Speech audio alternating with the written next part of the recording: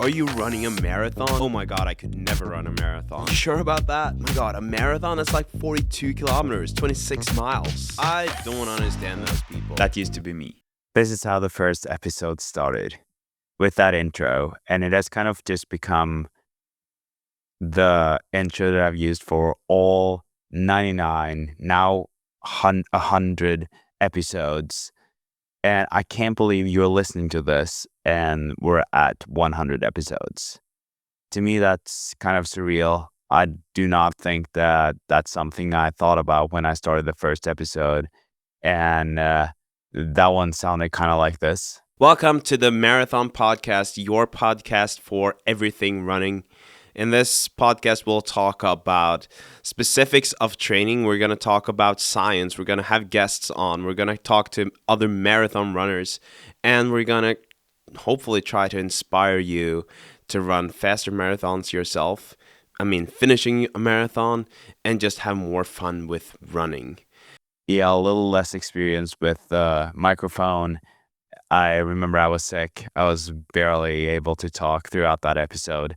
And today we are at 100. And I thought that today would be an episode where we are just going through all these things that have happened with the Marathon Podcast. I'm going to try to name drop all of the guests that I've had on and kind of take you through the year of the Marathon Podcast, the story of the Marathon Podcast, and also a little bit about what you can expect going forward and what the Marathon Podcast will be like in 2026. Because there are some, at least in my opinion, pretty big things happening in 2026 for the podcast. And I also think that if you are a newer listener, or even if you've listened to this podcast for a very long time, there might be some cool things to kind of just look back on and maybe just remind you about. So with some of the guests, I will now share some short audio clips, and you can also watch them here, but they will be probably some of the reels that I posted on Instagram. And the first one that I'm going to just talk about and mention and maybe get a little bit of a throwback to is Chris Sadler, who was one of the first guests that I had on. I think he was the second guest. And this was just before the Boston Marathon. So I had a few episodes already and didn't really have a lot of guests. And I remember that I was so grateful to Chris for coming on Crispy Runs. And he was talking about the Boston Marathon and what to expect. And this is what he said. My biggest piece of advice is don't try to bank time on that downhill. Just go right at pace. And if you're 5 seconds under, don't worry about it. But just try to be fluid down the hill. Don't stomp, and don't try and put on the brakes, or don't just fly down. Just try to be fluid and smooth down the hill without, tearing up your quads, because come 15, it's another extremely hard downhill, and then that's when the hills start. Mm-hmm. And you being a good downhill runner, you're going to have more opportunity to test that out, because with every up, there comes a down. And then after the hills, it's straight down into the city, into the finish. And I felt that. It's just, it feels like it's always down. I remember being kind of excited for the first hill, because I was like, give me something different here. Just after this episode, I was giving a Boston recap. I'm not going to go through that. We're going to talk more about Boston Marathon as we get closer to the 2026 marathon. But I also remember feeling very happy about, obviously, the race itself, but also being able to make a proper recap, because up until that moment in April, I didn't really know what I was talking about. I like to believe that I did, but finally I was able to actually give advice on the race myself. Later on, after Crispy Runs, Chris Sadler, we had Joe McMahon on. We had Danny P from Life in Stride on, and I was so stoked to have people on. Joe, who is now blowing up on Instagram. He has a soya, which is like a great gel for any endurance athlete. I just really recommend going back and listening to those episodes. And then I remember I had kind of a pinch me moment when I think this was episode 10, where Johannes Motschmann came on. He's a very fast German marathoner. And the way he was before the episode, before the recording, but also during the episode, where he was kind of just talking about how he was proud to be on episode 10 of the Marathon podcast, and he did give a great advice on what to remember or prioritize as a marathoner. That's my number one rule. If someone wants to get into the marathon, before you try to hit fast workouts or whatever, the main thing should always be increase the mileage and the easy runs and really keep them easy. And so yeah, most of my mileage, of course, is pretty easy. And I think running has become much more scientific, or the training has become much more scientific in recent years, which has also led to those drastic improvements, besides the super shoes, which are a reason. But I think that's also a main reason. And yeah, I mean, my philosophy is to just build mileage, run high mileage. Another pinch me moment was when I had Rory Linkletter on. That was the next episode after Johannes, and I felt like having such a big name on the podcast in the 11th episode of the podcast.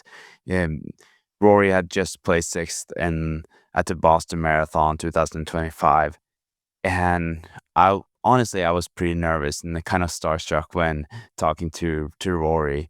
And I remember I asked him about something that still fascinates me a lot, and that is running form.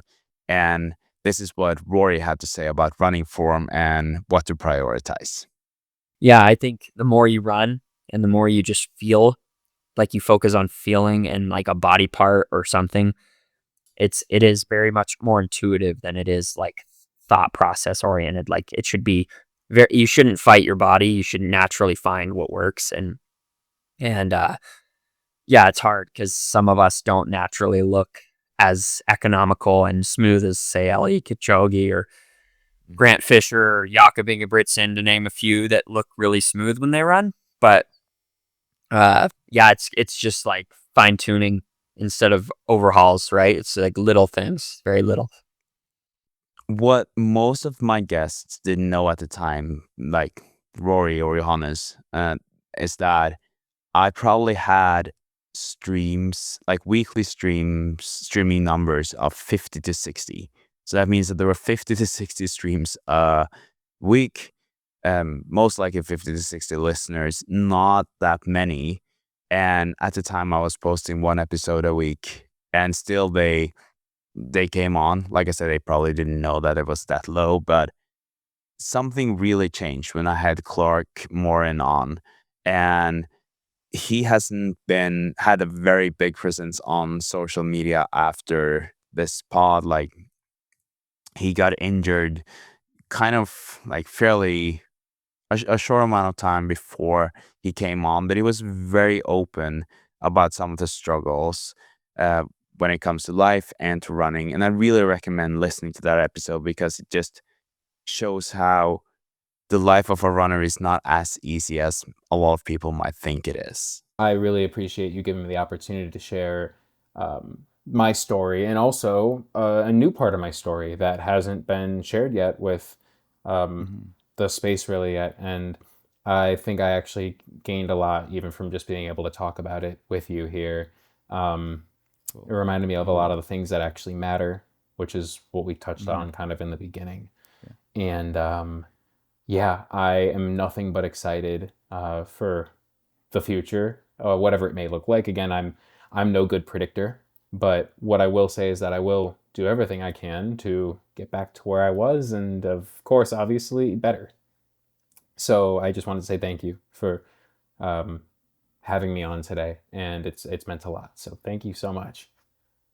After this episode, I really learned that it's not so much about having just really, really big runners on. It's about having those dedicated followers or listeners, because that really changed the podcast. And I got so many new followers and people engaging in the content. So this was in May of 2025, 2 months after starting the podcast. I probably should have started the episode saying that was around 18th of March this year. And yeah, a big shift in a lot of ways having Clark on.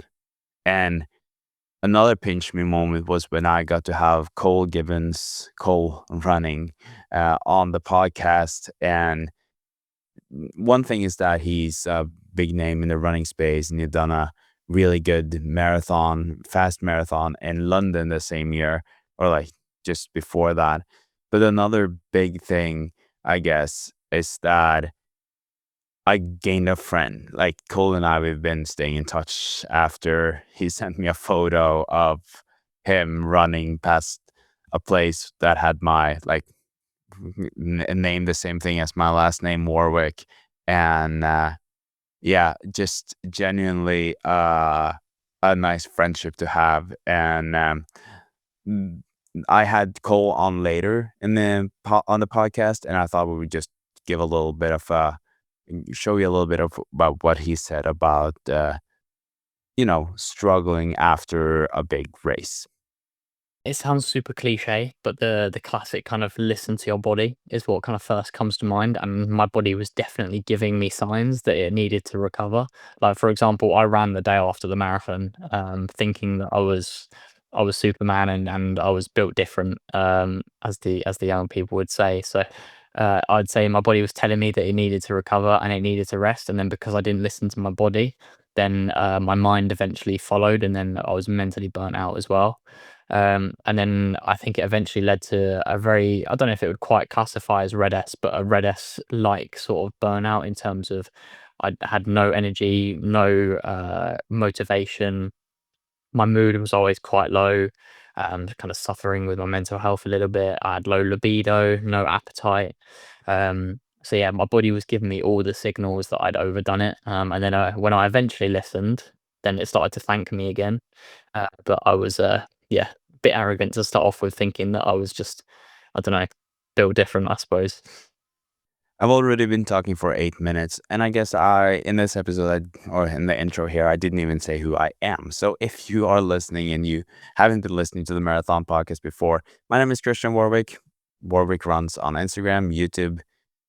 I'm really happy to have you here. It's really nice to be able to connect with you guys through this podcast. The Marathon Podcast is on Strava. You can join that group, be a part of that community, share your runs, but also get information about runs, shakeout runs, all of that. We have a couple of runs planned for Tokyo and for Boston. So join that group if you want to be part of this amazing and fast-growing community. After Cole, I had CJ on, who I met in Boston, Anna Gewertz, who's married to the person who kind of got me into filmmaking. Anna had just an incredible story. You really should check out that episode. Rob Dalto, who's also just like Cole, he became a good friend of mine, at least the way I look at it. I can't wait to meet up with him again in Tokyo and run there together. So, these friendships that I've gained through the podcast, it just means a lot. And then came Jess McLean, and I've been asked a lot, like, what was your favorite episode? And for some reason, I keep on thinking about Jess. I feel like, first of all, she made such an impression on me, and there were a few things that I was left with, and like one of them, train smarter, not necessarily harder, and also the fact that she had a break and then she came back. And so Jess's episode kind of stood out and still stands out for me, and I really recommend you listening to that. And she's also very open about, now having gone through a thing where she's been freezing her eggs to just make sure she can have kids later on. And these are some of the things that she said in the episode. My perspective on that has changed so much. Like, I will take a day off anytime a niggle comes up or anytime something feels like, first instinct is to take a day off. Yeah. I don't even force a cross train session anymore, because for me, cross training is miserable. It doesn't add anything. I don't think I gain fitness from it. Mm-hmm. If I had a long-term injury and I was trying to just like make the comeback easier, 100% cross training is awesome. But like for a day in between runs. Yeah, like my whole body was achy this weekend. My feet hurt, everything. I was just like, take Monday off. Yeah. For the love of God, Jess, just do it. And I already feel better. Like I slept better last night knowing I was taking a day off. My body feels great this morning. So I'm a huge advocate for, if you feel anything's off, first communicate it to your coach, figure out a game plan. But I always err on the side of your body's sending you warning signals and don't ignore them. Okay, let's try to go through this a little bit quicker now. So after Jess, we had Jimmy Christian, who's done countless marathons and he keeps on doing them. Such a contribution or big contributor to the running community. Then I had Carolina Stranden on, who is actually my brother's girlfriend. She did the Medoc marathon. If you haven't checked out that episode, I really recommend that one. It's a funny one. Medoc marathon is a wine marathon in France, and it's known for its kind of controversial. I don't know. It's a pretty controversial marathon, especially if you're into marathoning as a sport. This is a marathon full of wine and a very, very different experience. So still really recommend that one. And then we had Herm runs on, and honestly, this one changed a lot for me, just because of the way I started looking at things. And yeah, I am just full of admiration when it comes to Herm, and we stayed in touch after. And then, yeah, just listen to what Herm said here. I really, really appreciate his openness. These are conversations that I think are so great that we have a microphone in front of us, because at the end of the day, I can scream it into the void. I can, word of mouth it around town here. But if we can, share it and give people this opportunity to listen to the conversation like this, whether they're driving down the road, on their run, whatever it is, I do think that it creates a bit more of that, like, understanding of why people approach running the way that they do or don't approach running, because it's scary, it's intimidating. There's a bunch of guys out here with holes in their shirt and shit like that. Like it can be very intimidating. Yeah. No, I see what you mean. I agree. I'm very happy we have our microphones on right now. A great guy, and such an inspiration to me and to so many people. So go give him a follow if you haven't already, and listen to that episode. After Herm, we had Chris Striegel on, host of Life in Stride. Stephen McAuley, we'll come back to him because some of the things that he's been doing since that first guest appearance at the marathon of the marathon podcast is just incredible. And then we had Christian Ulrichsen. To most people, especially Norwegian runners, you'll know who that is. Cindy Brady Keegan, who is like a runner but also a filmmaker. We share a lot of the same interests. A great episode. Nick Bester, you might know him. He's a big name in the running community as well. His approach to running and the way he found running is very unique. So again, really recommend that one, and him talking about how he was really struggling to break this 2:20 marathon barrier. And then we had Leah Lisman on, and you should definitely listen to both episodes with Leah. I think that one of the biggest things that have happened or has happened for me this year with the Marathon Podcast is, like I said, the friendships. And Leah has just become someone that I'm sharing running things with, whether it's brand things, and we're sharing things with each other. And it means a lot to me with the support that she's given me this year. So big shout out to Leah, and go check her out and check out the episodes with her if you are just interested in running, because those chats have been really, really good. Next, we have Miles Rawson, Find Your Stride coach, and we've stayed in touch, and it's really cool to see how his business is growing, how his channel is growing. But I also still think about the things that he told me in that episode on the podcast, like when I'm out running. And these are some of the things he said about technique and running form.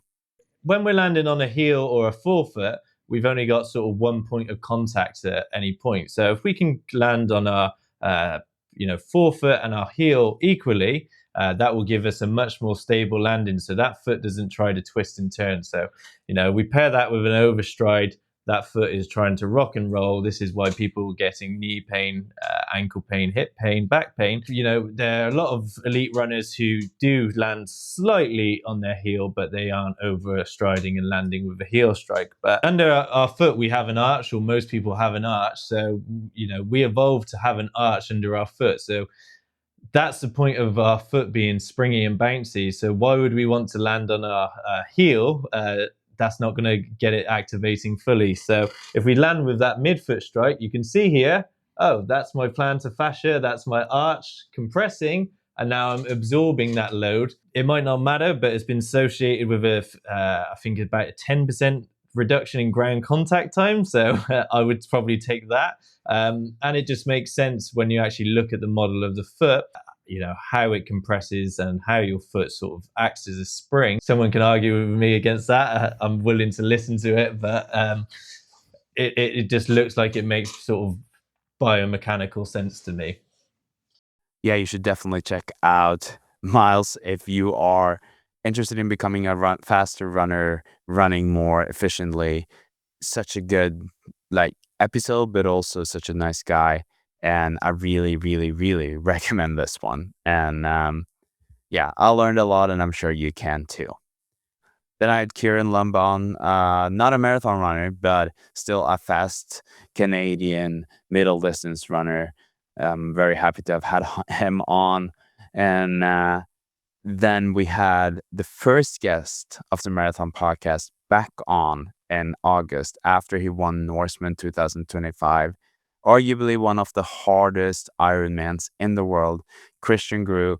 He was talking about how he was conquering the Norseman, and here's what he said on pushing himself and being smart about it, especially when you are on the verge of collapsing.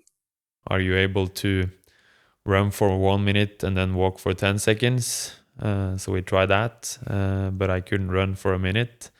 So we said okay, let's try to run 45 seconds and then walk 15 seconds and then do that, and focusing on the time and the cadence and everything else than just the pain. And quickly I started to run 45 seconds, walk 15, and then I was able to run for a minute and walk 15.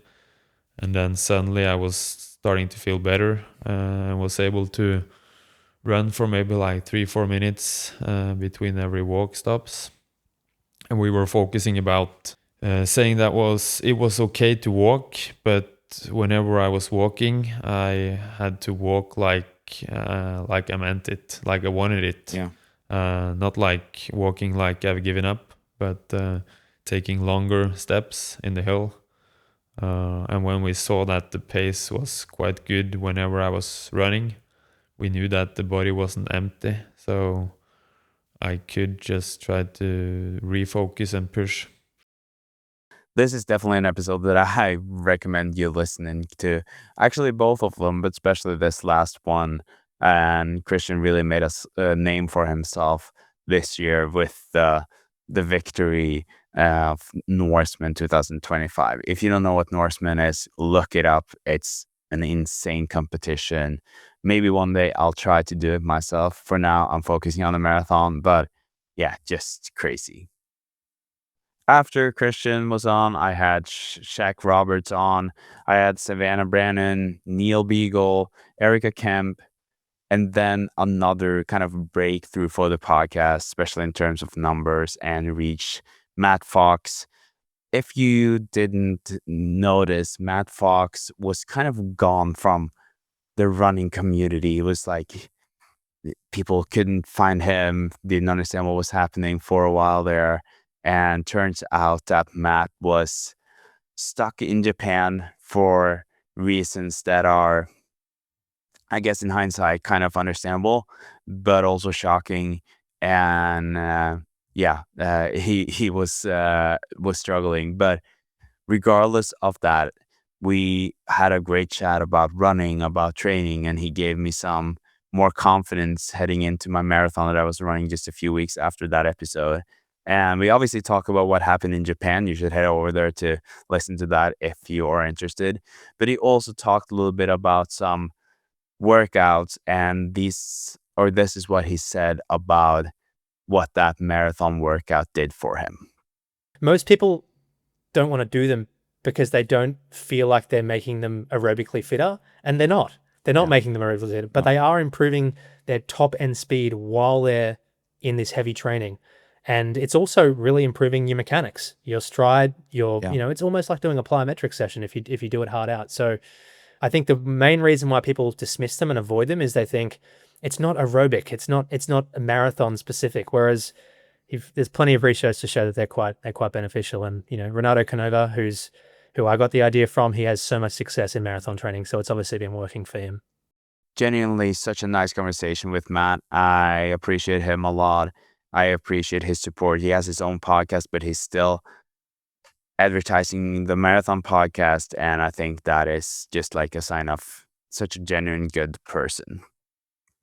After that, I had Caitlin Miller on, who is a very, very impressive girl. She is from New Hampshire, lives in Florida, has her own clothing brand, and in addition to that, a very fast marathoner. Unfortunately, she got injured just before the Chicago Marathon. I really feel sorry for her about that. But she was talking about how it was being a BPN athlete, being coached by Jeff Cunningham, and all of this just kind of made me, or gave me, the chance to have Jeff Cunningham on the podcast later on.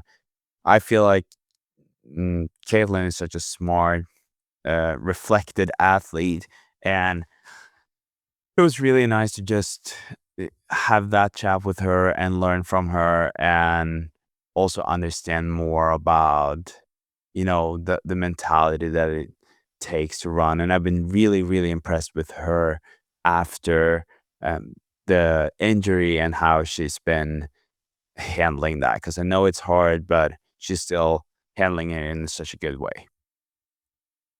After Caitlin, I had an episode which was dedicated to the Sydney Marathon. James Constantine was on, and we had a great chat. I know I keep repeating myself on these great chats, but a very nice, informative episode. And I think that, or I hope that it helped a lot of people running Sydney Marathon 2025. I'm now doing the 2026 version myself, or edition.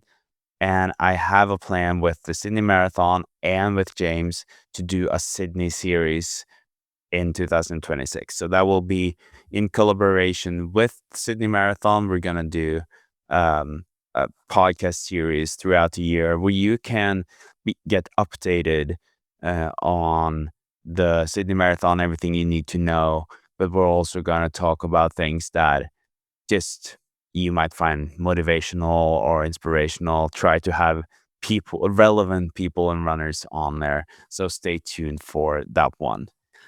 After that, I had Kofusi on, which was another pinch me moment of like such a big name in the running community. I've heard about and known about Kofusi Mike for so long.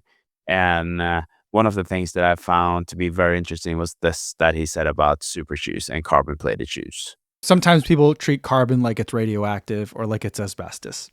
Like carbon in and of itself isn't beneficial or harmful. It's a part of a system, and it's included in a shoe because the manufacturer is trying to attain a certain performance result from it, whether it's to make it comfortable, to make it stable, to make it fast.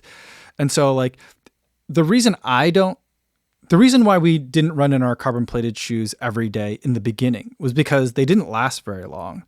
The foams were not very durable, and the shoes were really expensive. And so you would save your miles. And then as shoes became more durable in the race shoe context, as there was carbon plates in those, then people were like, well, I don't mind. I feel good in them. So like, yeah, it's more expensive than running in a daily trainer, but it's worth it to me because I feel good. And so then people were like, oh, but you can't do that every day because it changes the loads you put on your Achilles and all that stuff. And I was like, well, let's ask that person, well, let's wait for the data to come in on that. And now we've had carbon plated shoes for a very long time, and there's still people that are wearing them for every run. And as far as I know, and I'm always happy to read something if someone knows differently, but as far as I know, there isn't data that says like carbon plate in the shoe increases injury risk. Next one was another legend, Ingrid Christiansen from Norway. We had a good chat, 2 people from the same city actually, and she was the marathon record holder for 13 years, the world record. And I think that something that I really appreciated about this conversation was how honest she was, and she did not hold back at all. For instance, this is what she said about the long run and what mistakes people are making. Too many burn too much on the long runs. What I did, I ran them slow, but I could in a week, rest of the week, so I could doing like 2 times tempo training, distance training. It was really good training. I could do that 2 times as on Tuesday. I could take 2 of them. So when you take all this mileage during the week, I think maybe I run faster, but I didn't in the long run, because the long run is so hard if you need 2 days, 3 days to recover. I think the better is running slower and maybe a little bit shorter on the long run, and then have more energy to do the training the other days. There were a lot of other things like this that Ingrid shared with me on the podcast, and I really think that you should head over to that episode and listen to that if you're interested, because she has a lot to contribute with, but also she's very entertaining and very clear on how to do things. I agree with her. I think that it's very interesting with the methods that she was using, and I don't see why they wouldn't work today. Next on the podcast after Ingrid was Marte Johansen, who at the time was the fastest Norwegian marathon runner of 2025 with her 2:34. She's been facing some challenges in terms of injuries after. I'm sorry about that, but I'm sure she will get back and run very fast in 2026. Then we have Joe Greer on, and this is one of the runners that I've been wanting to have on since I started the podcast, obviously because he's a good runner, but also because we share a lot of the same interests. I've been looking up to him as a photographer for years, and having him on the podcast was just surreal. So that was a special moment for me, honestly. And then it was really inspiring to hear how he was facing and kind of just handling setbacks. Yeah, I'm just not one to give up. It's just not my style. That's not what I'm about. I'm just very grateful that my life has been tough and challenging, because it just has made me just a tougher human. And so that dealing with a setback like an injury and dropping out of the race, if at the end of the day it's just running, it's not that big of a deal. Like, there's so many other things that have happened in my life or that I'm pursuing and trying to do that are way more serious than running a marathon or not being able to run a marathon because of an injury. So I always have to step back and just kind of look at the bigger picture, that it's just running. After Joe Greer, I had Jeff Cunningham on, and I could show you a lot of things that he said, and I'll share one with you here.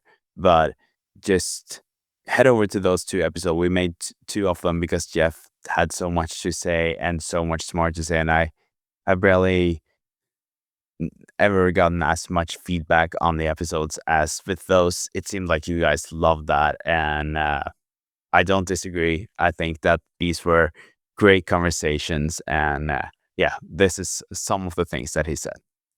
So you're willing to spend $2,000 to $3,000 on a race, but you aren't going to spend the 25 minutes to go out in your car on 4 long run workouts leading up to that to ensure that you're fueled correctly.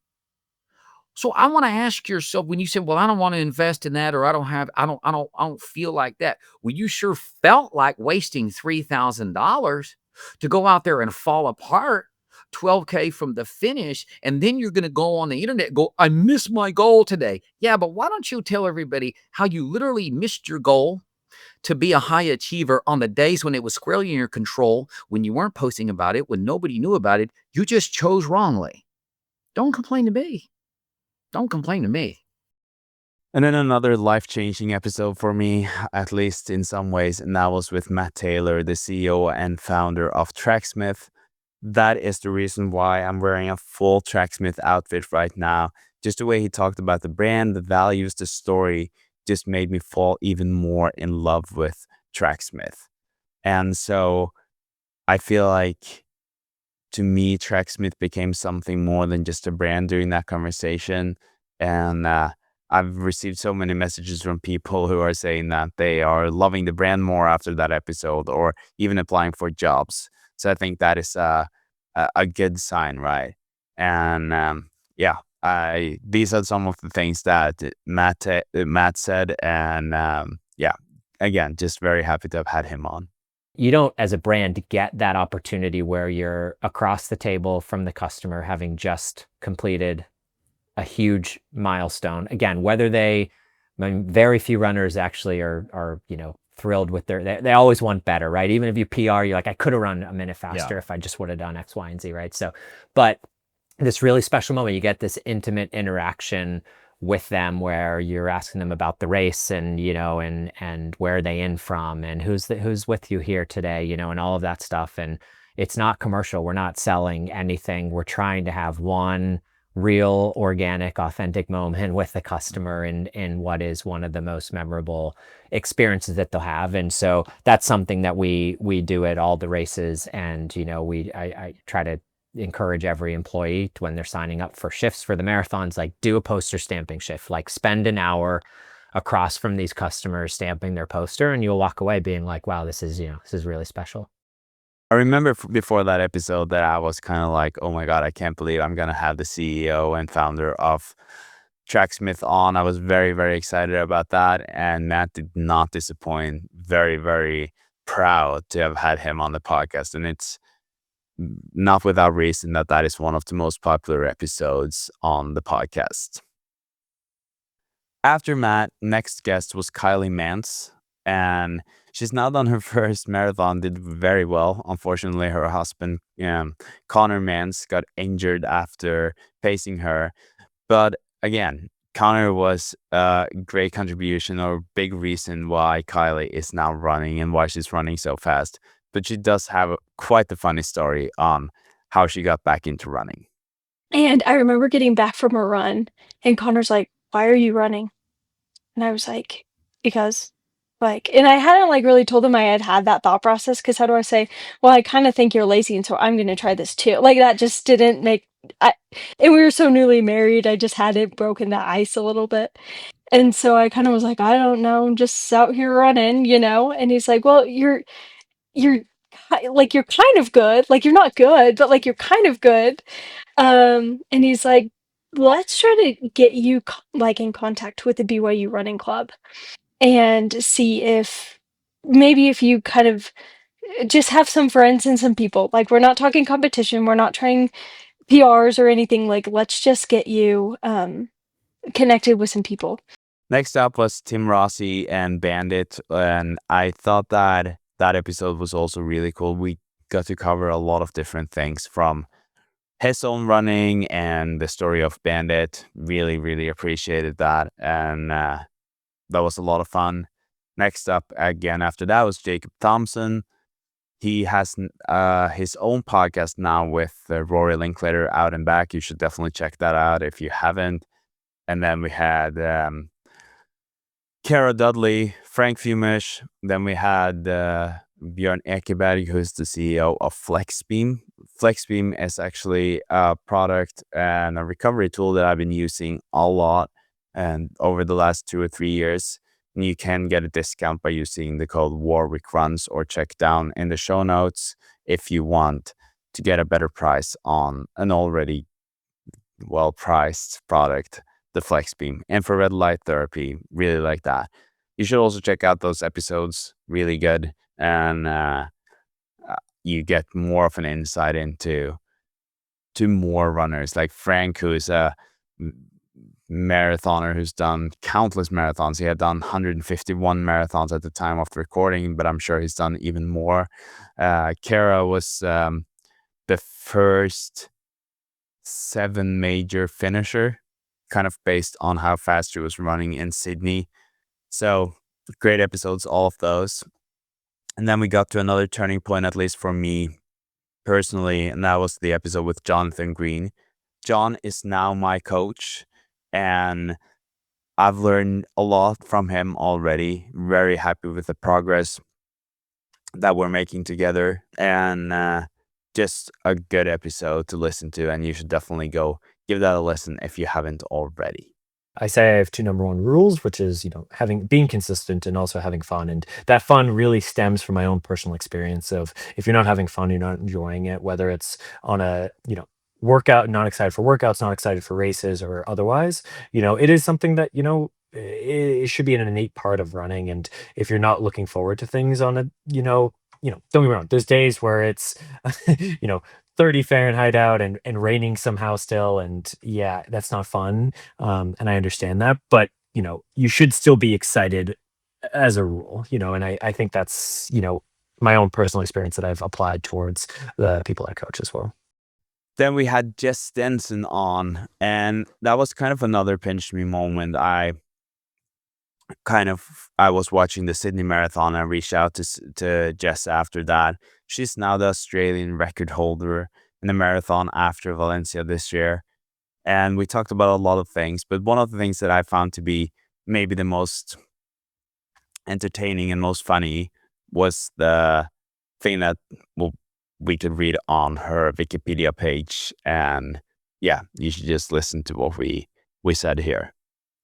Am I right when I'm saying that you also did some wrestling? Because that's what I saw online that you did, and I was a bit surprised by that, obviously, because that's pretty far from running. No, it's not true, and I don't know. I remember in high school, some talent identification scouts came around. I remember receiving a letter inviting me out to the weightlifting academy. So I don't know whether there's a bit of a mix up there or whether someone's just completely had fun on my Wikipedia page, but either way, I get asked. That is funny. Makes me laugh every time. Next up was Robert Jackson, great guy. We stayed in touch. There will be a banter episode with me and Rob and a couple of others. You'll know who that is later on in the episode. I will also mention the 2 other ones. In 2026, at some point, we're just waiting for this one guy, Brendan, to get back to good shape. He's been dealing with a flu. That was a good conversation. Then Jeff Galloway, who was talking about his relationship with Steve Prefontaine, about jeffing, and yeah, you can hear more from Jeff here. Even in some of my world-class performances, I had taken walk breaks. I did so when I set my personal record of 2:16. I took about a 15-second walk break every 2 miles all the way through from the beginning of it. And I improved my personal record by 2 minutes over the times when I tried to run nonstop from the very beginning. So I started experimenting with these groups out of the store. And I found that I could not only attract people who never would have thought about doing a marathon if I promised them that they were going to be taking walk breaks very soon in every single training run that they took. The common response to that is, well, I could do that. And they did. And some of these bare beginners, 4 or 5 years later, were running very fast times. Then we had Mark Geyer on 2:28 at the age of 43. He's one of the guys that I want to have on with Rob to have this banter episode with. A very, very interesting and exciting episode. It was one of the most popular episodes ever when I first launched it, so you should definitely go check that out. I think that a lot of people can relate to being in a situation of being a father and being 43 years old but still chasing those records. Then next on was Julia Patternine, and Julia placed third in the World Championships in the marathon distance this year, and obviously a big name in the running world right now, and so down to earth. And one of the favorite things from that conversation, I think, at least in my opinion, was when she was talking about how threshold is supposed to feel, or what it's supposed to feel like. The first rep is probably still going to suck. That is one thing that I have learned with threshold is the first rep doesn't feel good usually. But I think that you should be able to you will be out of breath and it shouldn't feel like an easy run, but it's a pace that you can kind of feel smooth at that only really starts to get kind of challenging around 4 or 5 minutes. And it's not even challenging. It's just okay, this is a little kind of not great. I think if you really breathe, if you're not able to recover in the 60 seconds, then you've done the rep too hard. So I think if you feel any kind of lactic, or if you are really huffing and puffing, out of breath, you're going too fast. And I think it should feel hard. It should feel like, you're running at a pace, but it also should kind of feel a little bit like you're floating, and like a kind of cruise control, I would say. And if you're having to really, when you're in a workout and you get to that point where you're having to kind of really push, and in my case, when I'm really tired, I start to count to 10. I know that if I am at the point where I'm counting in my head and I'm okay, just a little bit more, I've gone too fast. You shouldn't be hitting your last mental reserve when you're at threshold. It should still be okay.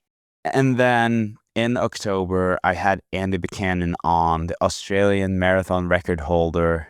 And dude, that was a good conversation and a life-changing episode for the Marathon Podcast. I guess for me in some ways, but maybe also for some of the guests and some of the international runners. Because at that point, I had been contemplating making this Marathon Podcast sponsorship, sponsoring athletes. And with that conversation with Andy and the things we talked about before and after recording, that just kind of made me make that decision. And so that started the Marathon Podcast sponsorship, which led to me handing out more than $15,000 in total to runners all over the world. And Andy was the first runner to be sponsored by the Marathon Podcast. Again, the Marathon Podcast sponsorship is for non-professional athletes, runners who are working but trying to do good things, trying to reach their goals. You can listen to some of the previous episodes about this, or maybe easier, head over to the Marathon Podcast on Instagram or YouTube to hear more about what the Marathon Podcast sponsorship is. But for me, hearing about Andy and him working as a teacher while still chasing his goals, that kind of just made me make the decision that this is something that I'm gonna do now. Next up was Dave McGillivray, who is the race director of the Boston Marathon. He's also someone that I've been wanting to have on the podcast since I started the pod. Really, really happy to have had him on. And I did ask him what he thought about the challenges of the numbers and the really, really strict, hard cutoff times for the Boston Marathon. It's a no-win situation. We're a victim of our own success, you could say. For us, we don't have the bandwidth like London does, or Chicago or New York. Our race starts, the starting line is 39 feet wide. I mean, that alone kind of gives you, the understanding that only so many will fit. So, and we've always been about the pursuit of athletic excellence. And so it's always, the best of the best. That's what it's about, or was anyways. It could change. And then, philanthropy entered the space, about 40 years ago. So we started allowing charity runners in. And there's a delicate balance between how many qualifiers and how many non-qualifiers. And it's 80-20. That figure's out there now.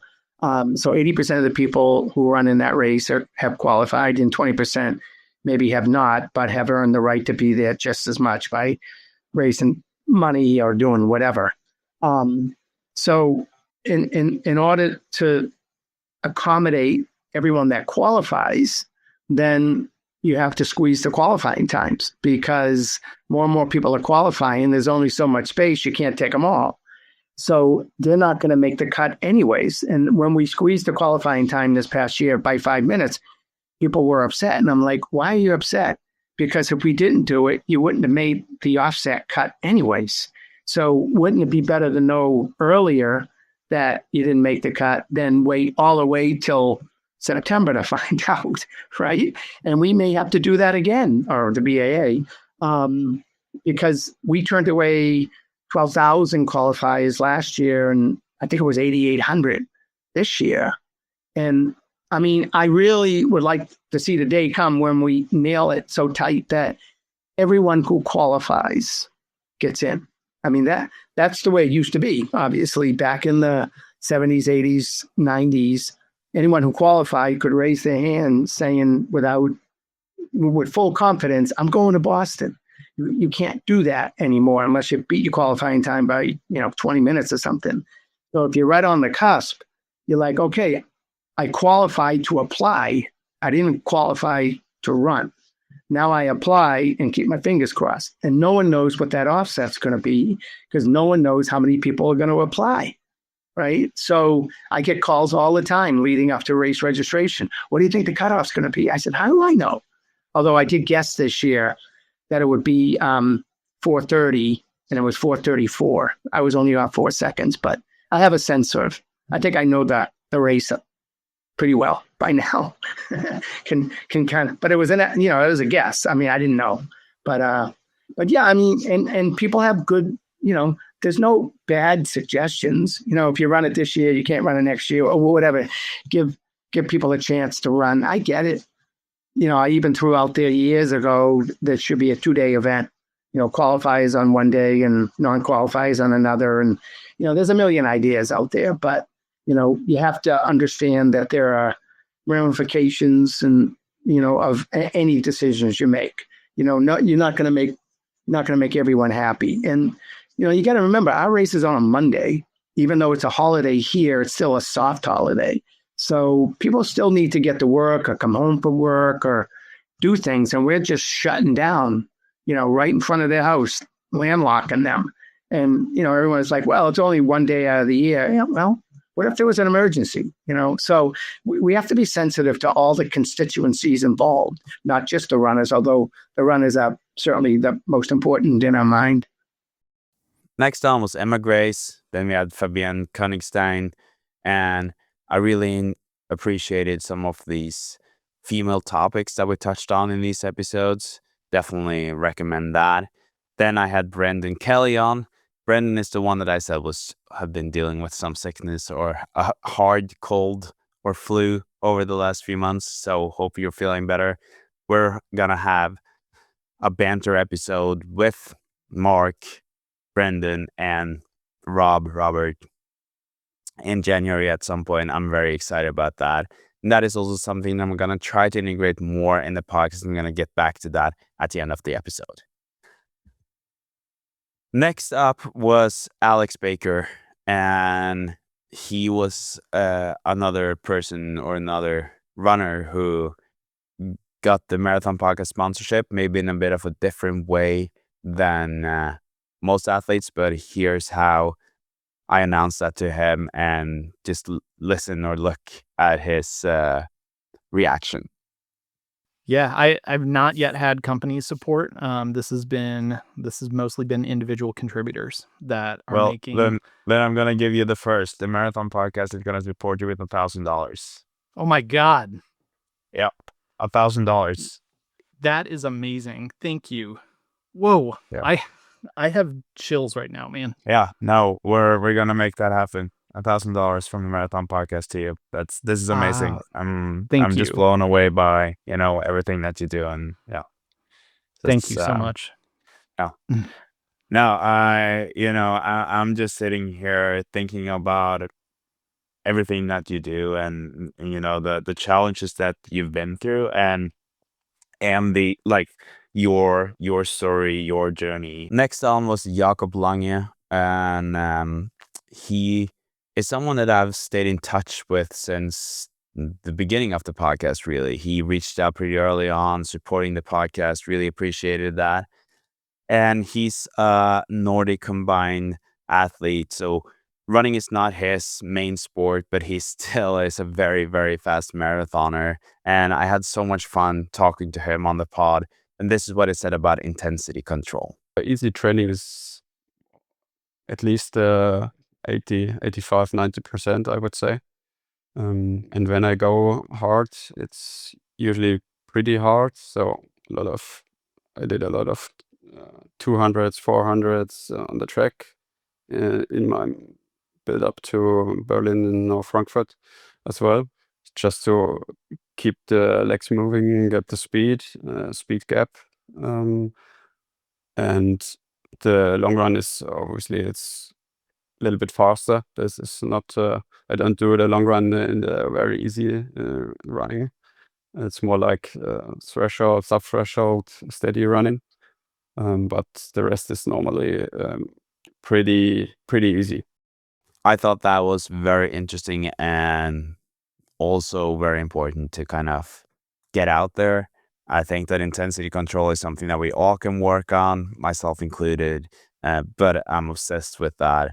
And I think that that is kind of the way to improve the most, to just be more aware of those the intensity that we're having on those runs that we're doing. After that, Sophie Shank, who is running with diabetes, and I'm just blown away by her performances, like being such a fast marathoner. Definitely go check out that episode. And then Stephen McAuley. He is now a 2:15 marathoner. The first time he ran a marathon was like 3 years ago, 3:19. Just a crazy improvement. Did a 2:25 marathon earlier this year. Now a 2:15 in Valencia. I'm so impressed, and I can't believe he's as fast as he is. And yeah, I am so happy to have had him on early on. I'm so happy to have him as one of the athletes that I'm sponsoring through the Marathon Podcast sponsorship, and really happy to have had him on talking about his theories and the philosophy. And this is what he said about going from a 3:19 marathon to a 2:17 marathon, which was what he had when he guested the Marathon Podcast last. When I ran the 3:19, to me, that was unbelievable. I couldn't even believe I ran 3:19 at that time. And now, like, from going from, like, I think it was like 3:19, and then I went 2:42, and then I went to 2:30, and then 2:25, and then 2:17. So hopefully I can keep that continuing on for the next one, whatever I decide to do in the future. And then next guest on was Felicia Pasadena, who ran a 2:35 in New York at the New York Marathon. And this blew up the podcast, honestly. At the time of recording this, the reel with her, that is the most popular one, has almost 530,000 views. And it keeps on generating more followers, more likes. And the one thing that really stood up with Felicia was her Stairmaster training. And this is what Felicia said about cross training. My weekly mileage never goes above 50 miles, ever. Wow, awesome. But the explanation, though, on the other side is going to sound kind of psychotic, and I realize this, but I'm a huge cross trainer to the point where I would say in my peak training for New York, I might have only been logging 50 miles a week, 45 to 50 miles a week, but I would probably log 10 hours on the Stairmaster every week. So, for Wow, example, the I would do Stairmaster. I would do a 9-mile run in the morning in Central Park to hit hills, and immediately follow it up with a 40-minute Stairmaster session at level 14, Cool. and then strength train. And that way, that was one day where I could also say, like someone else, that I ran under 10 that day, so kept my mileage somewhat lower. But it brutally taught my body how to tolerate a long, intense workout. And then maybe the next day I would take the whole day off of running but I would Stairmaster for 2 straight hours while I was studying, while I was answering emails, while I was prepping for residency interviews, whatever it might be. So that is an aspect of my training that I think other distance runners do not do. In fact, most distance runners don't like strength training or cross training, but I use this as my cheat code to increase the number of hours I'm working out without increasing the pounding, the physical pounding on my tendons and joints. So yeah, I pretty much remained injury free. I've been injury free for about 7 years now. Then I had Yuel Reiko on, and he was the best American at New York Marathon. And from the same team, Elena Hayday. Elena was also sponsored by the Marathon Podcast, actually also Felicia. And same with Julia Patinan, who I talked about earlier. And then I had Amanda Vestry on. And one of the things that I really appreciated about what she was saying was the things you don't see with athletes. Because we see all these highlights, all these good things. But these are the things that you might not see. And I appreciate Amanda shedding some light on this.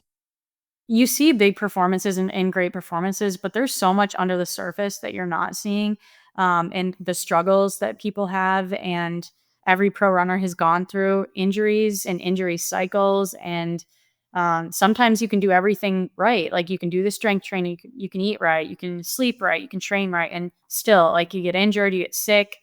There's a wrench thrown in the plans. So yeah, I mean, there was definitely a progression toward the level that I'm at, but I think the number one thing that plays a role in that is just building bricks, stacking bricks, and trying to stay like injury free and as consistent as possible. It's not any crazy workout or crazy high mileage. It's just like being consistent and continually showing up for yourself. And something else happened around the same time. I made this hat, the marathon hat. And like I said previously, the profit of this hat will go back to the Marathon Podcast sponsorship. I hope to continue sponsoring athletes in 2026. But this is a great hat, in my opinion. It's with, and I still can't pronounce the name of Seal. And just a very minimalistic hat, 26.2 in front, and the Marathon Podcast logo small on the side. It will hopefully be out for sale in January or February, but you can already pre-order it on themarathonpodcast.com. Next on was Callie Hauger Thackeray, and then I had Lucy Jones on, who is also sponsored by the Marathon Podcast. Ryan Thompson, the first Scottish athlete that I had on the podcast. There's another Scottish athlete coming on, but that episode is not published yet. And then Tristan Colley. She's someone that I was recommended to have on and to sponsor. And one of the things that we talked about and something that I really appreciated was this conversation where we talked about enjoying the moment. It's easy to like always look forward, right? Like you're like to your next PR and you're like, I think I can, what you think you can accomplish. But if you told me, and that's like such a good point, because if you told me back when I ran 240 that I was going to in a few years run 225, I would have been like, no way. Like I remember first sitting down with my coach and he was like, I think you're a runner that can break 230 one day. Like that was like a conversation I had with Pete. And he was like, I don't know how far under 230 you can get, but like, I think that's really doable. So like, if I had the ability to kind of like look forward and know that one day I would run that, it definitely puts it into perspective because, I sit here now and I'm like, man, I want to run 222. Like I want to keep like moving forward. But if you reflecting and like having gratitude for like where you're at is still important. So like, thank you for bringing that up. And then we had Joey Whelan on, and Joey has done countless marathons and he's won countless marathons. He placed second at the US Championships after this episode was published. But this is what he said about all the races that he's kind of won. That was my 31st marathon, but I've won. So I'm just looking at it now to kind of help. So I've won Austin Marathon twice. I've won I've won one in Waco, Texas before. I've won Rochester. I've won Buffalo. I've won Albany twice. So I've done a lot of like the smaller ones, but Indy was probably one of like the bigger, smaller ones that I've won. And then Alex here, my twin, I would say, almost, in a lot of ways. He's much faster than me, but we had so much in common. I really hope that in 2026 that we will meet up. But this is some of the wisest words that I took out of the conversation that I had with Alex. In the time that I was injured, I really felt like it was out of my control, like that I had a faulty skeleton, or that my imbalances were just too bad, or that it just running wasn't meant for me. And I think what was actually happening was that I had given up on myself. And so instead of doing my strength session, instead of staying hydrated, instead of going to bed at a reasonable hour, I didn't really pay attention to any parts of my lifestyle because I thought I was defeated anyway. And so the reason I bring this up is the big difference that happened is at some point, something clicked in my mind. It was after finally getting healthy enough to race at 10K and running just under 32 minutes in 2021 and realizing that, geez, if I just make small lifestyle changes, I can get there, but I need to play on my own team. Like I can't keep opposing myself. And over the last 4 years, that mentality developed into me finding this motto for myself, which is like, I will treat myself like a professional athlete as much as I can. After Alex, I had McKenna Myler on, and I really appreciated our chat, where she was super open about the female body and running with the challenges and issues that or things that you have to deal with as a girl that we as men might not be as aware of or consider as much. And I really appreciated how open she was about this. And when you're talking to high school girls, the advice I would give like coaches is just like keep it sign. It's not like you have to talk about feelings all the time. I think sometimes people get offended, like I'm not PMSing and like I'm not, or maybe they're embarrassed about it. But I feel like if you can broach it, just like from a performance standpoint, where you're curious and you're not like stating like this is how you feel because of it. Like, oh, that's interesting that how does it like make you feel when you're on your period? Do you feel like this is like better workouts or worse? That maybe in the back of your mind knowing like she might say it's worse, but it actually she's still responding really well even though she's just in a lot of pain. Caleb McCoy, almost dying from overdoses several times, now being a fast marathoner, running across the US. Just listen to this. Honestly, I didn't see a way out, Christian. I thought that I was going to die that way. And it was around that time, this perfect storm of just adversity and challenges life was presenting me. Really, it was a turning point in my life because I kept telling myself that I had this addiction under control because I was just snorting pills at the time, right? And so I was like, as long as I'm not shooting up, then I've got this thing under control. And around that time, my dad was diagnosed with pancreatic cancer, and when I got that news, man, it just devastated me. And I went and done the only thing that I knew how to do to cope with life, and that was to use more drugs. And so I put this barrier up for myself and say, I've got this under control as long as I'm not shooting up. And then I get this news about my dad. And then the only thing that was going in my mind and my best thinking at the time was the only thing that's going to give me a little bit of, alleviate some of that pain and that heartache was to shoot up. And then Kiara, running with autism. I'm just so impressed with Kiara. And I know that a lot of other people are as well, because I've gotten a lot of feedback after these episodes. But listen to what she's saying here. It's kind of crazy, honestly. But I'm not having a good time in the corrals. I'm not having a good time. When I run, I actually try to find the spot where there's fewer runners. So when I run, I always stay a little bit behind. I stay at the outside, or I try actually to be a little bit in front of, for example, the pace group. Not because I'm trying to, be the pacer or whatnot. It's literally just running in this group is giving me just such a horrible feeling that I have to have my own space. And so in the corrals, people are like, how are you managing that? And I'm just like, I'm not. I'm just trying to get to the start, and I'm there just breathing and trying to regulate, but I'm not having a good time in the corrals. I'm not having a good time. After that, I had Sean Ryan on. Congrats again on your kid. Leah was back on. Like I said, head over to those episodes. In the last one, she's talking about doing her first marathon. And Leah has such a great perspective on things, and I can't wait to see where she'll end up as a marathoner, because she definitely has a future with the marathon distance. And then after Leah, I had Matt Zelaya on, who is quite the all-rounder. He's doing ultra races, he's running fast marathons, he's doing high rocks. Just genuinely an impressive guy. And again, yet another episode that I really recommend. I'm lucky to have had so many good guests on that I can recommend all the episodes that I've posted. And it's also nice to know that I don't have to be arrogant, or I'm not arrogant to say it, because I know that it's all about the guests. This is not about me, it's about the guests that I've had on.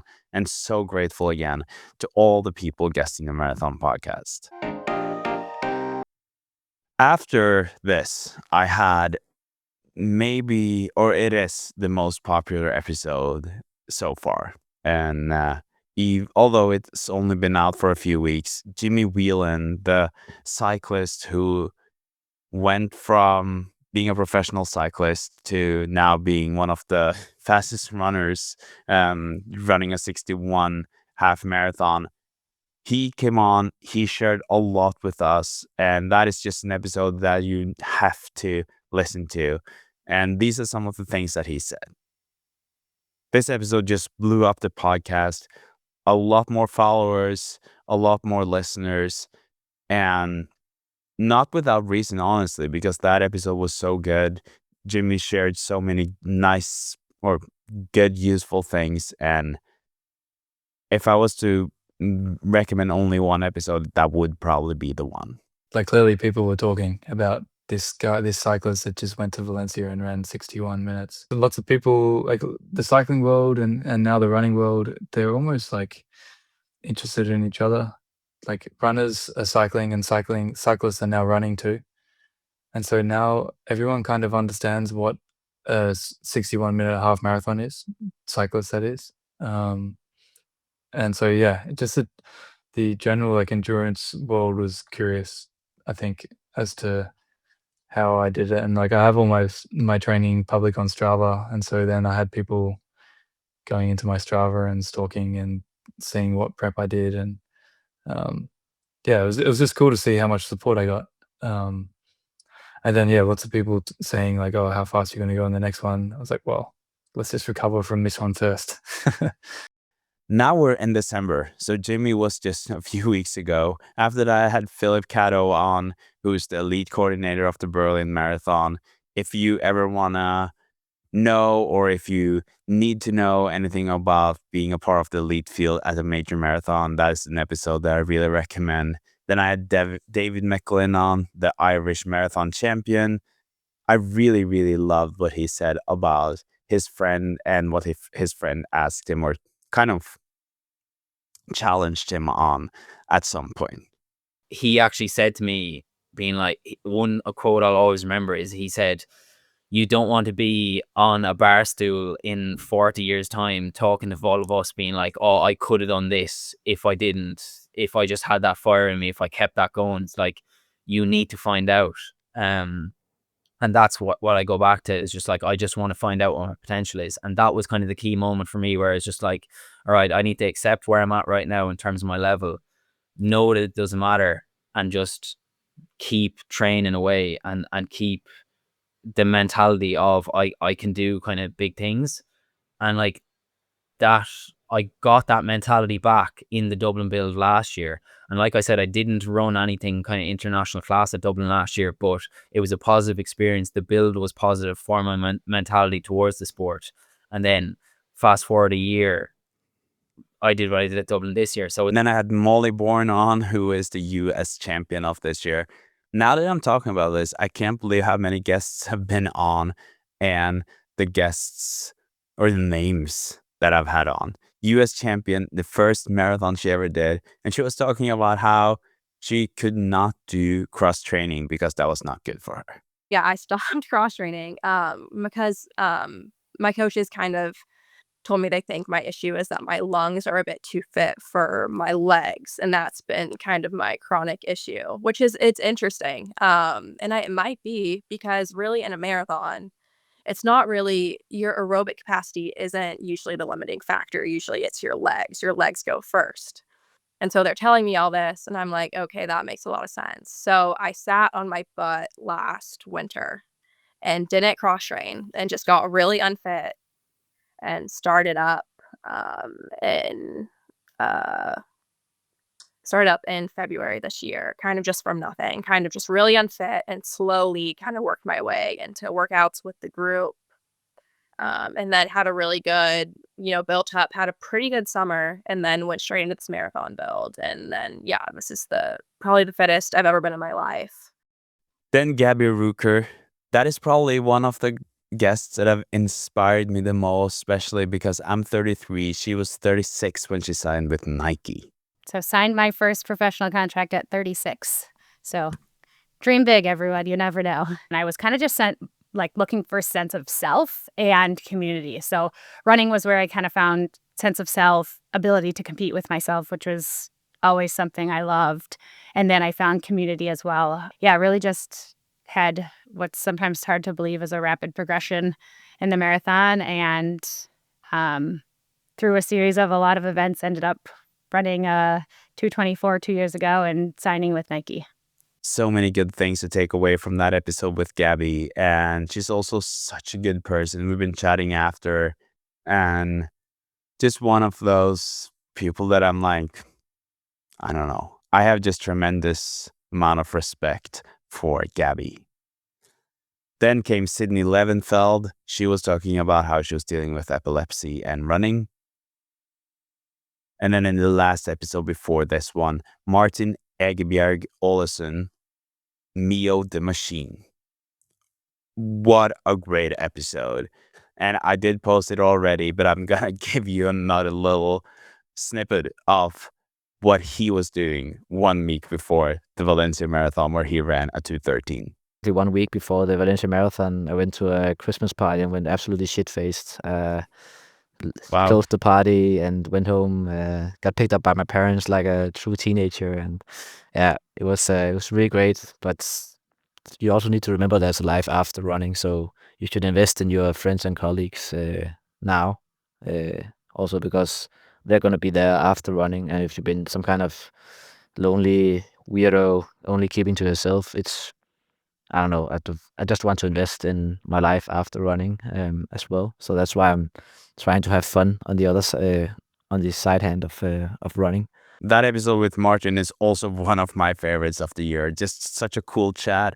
A Dane and a Norwegian talking running. I thought that was great. Really appreciate Martin taking the time to come on. And that is the same with all of you guests. If you're listening to this and you've been a guest on the Marathon Podcast, I just want to thank you. I want to thank you for coming on, for sharing, for saying yes to a podcast that was super small at some point, which is arguably now not as small, reaching thousands of people every week. And feel so fresh and so new in this marathon or this podcast world. And it's hard for me to know whether it's a big podcast, whether I have good numbers or not. But I'm so proud to have a podcast where there are people from all over the world tuning in every week, and so proud to have guests saying yes to coming on. And I really hope that 2026 will be an even bigger year. But it's been, in some ways, just a few months of this podcast, and we're still a lot of people in here. And we are people on this Strava group. And, I hope that for 2026, when I have partners on, like Strava, for instance, who's already a partner, where you can get an annual subscription by using the code Christian. You just look down in the show notes if you want to know how that's spelled. But the point of this is that this is the kind of sponsorship where you're getting something. I don't want to have a sponsorship where you're not really benefiting from it, right? Like, I feel like whether it's the FlexBeam where you get a discount, or Strava where you get a discount, or AG1 where you can get a discount by using the link down below, or Musicbed if you are into making videos for your running or whatever you are doing. I just think that it's so important that you guys feel like you're getting something out of it. So if I'm advertising, you should get something back, not just me saying that this is a great product, you should get it. It should also come with some benefits for you. And luckily it is. So we'll see what happens in 2026 in terms of sponsors. But what is certain for 2026 is that I'm going to keep on having these episodes, 3 episodes a week. And I also have some breaking news. I'm not going to be coaching. I know I have a podcast. I have a big presence in the running world right now, and I'm not going to be coaching. Why? There are so many good coaches out there, and I don't feel like I'm one of them. I know a lot about running. I've improved quite a lot myself, but I'm not going into coaching anytime soon. But I am going to start coaching my fiance who's signed up for her first half marathon. Really excited about that. And yeah, so that is what is certain right now. There might be more of me and my own running in some way on the podcast, maybe through bantering episodes like I just mentioned before, but also just for you guys to get to know me a little bit better, because I want to connect more with you guys. It could be that this is a bit narcissistic, I don't know, but I do want to have more of a connection, talk to you guys more about running. I've had some of these conversations with several listeners lately, and I really appreciate that. So it might be more, not sure, but we will definitely keep on having 3 episodes a week, and most likely 3 episodes a week of guests, and maybe anything that is, or episodes without guests might just come in addition to that. In a different, like, another thing that I know that a lot of people are curious about is the Marathon Podcast sponsorship. And the Marathon Podcast sponsorship is something that I really want to continue doing in 2026. This has just been money out of not my personal pocket, but my business's pocket. And I have I have a business that's doing fairly well, but not so well that 15,000 is not a big hit, or takes a big hit on the economy or the financials. So I need to find more of a way to finance this, and hopefully the Marathon Podcast or the Marathon hat that I'm selling can be the reason why I'm able to do that. So hopefully that will work out. Anyways, I will have an application portal of some sort. Eventually there will be a system where you can apply for it rather than me just choosing. So that is the Marathon Podcast sponsorship. Another big thing that is happening in 2026 is this Sydney series that I talked about. And other than that, I guess we'll just see where things are leading. But one thing is for sure, the Marathon Podcast will keep on going. I'm very excited about 2026 for the pod. And I'm just forever grateful to you guys for tuning in and listening. And if there's one thing you can do for me and the podcast, is to go and review the podcast, give it a few stars, hopefully 5 if you enjoy this.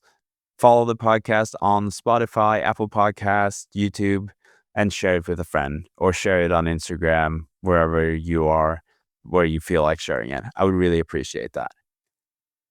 And that's it for episode 100 of the Marathon Podcast. Can't believe we're here. Thank you again so much for listening, and Happy New Year. I guess the next episode will actually be out on January 1st, right? I think so. I'm not sure. Maybe the next one is actually on New Year's Eve. We'll see. Anyways, thanks for listening. I hope you enjoyed your run if that's what you've been doing, and Have a good one, and good luck in 2026. You listen to the Marathon Podcast, brought to you by Wallace Studio.